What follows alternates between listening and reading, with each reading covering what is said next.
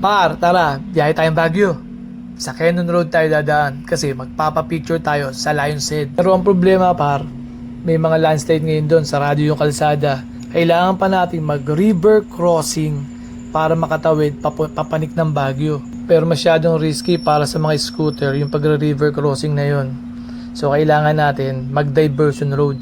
Sa karaniwang ruta mula sa Sison, Pangasinan, dadiretso tayong La Union Arc papanik ng Quezon Road. Pero ngayon, di na tayo dadaan dyan sa tulay na yan papuntang La Union Welcome Arc.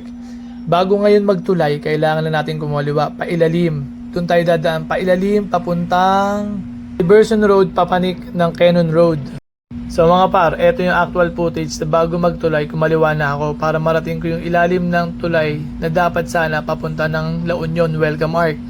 So pagkaliwa ko, diretso-diretso nyo lang yung kalsada na yan at matutumbok nyo na yung papunta ng Quezon Road.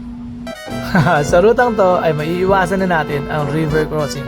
So keep safe, drive safe at enjoy nyo lang ang biyahe natin.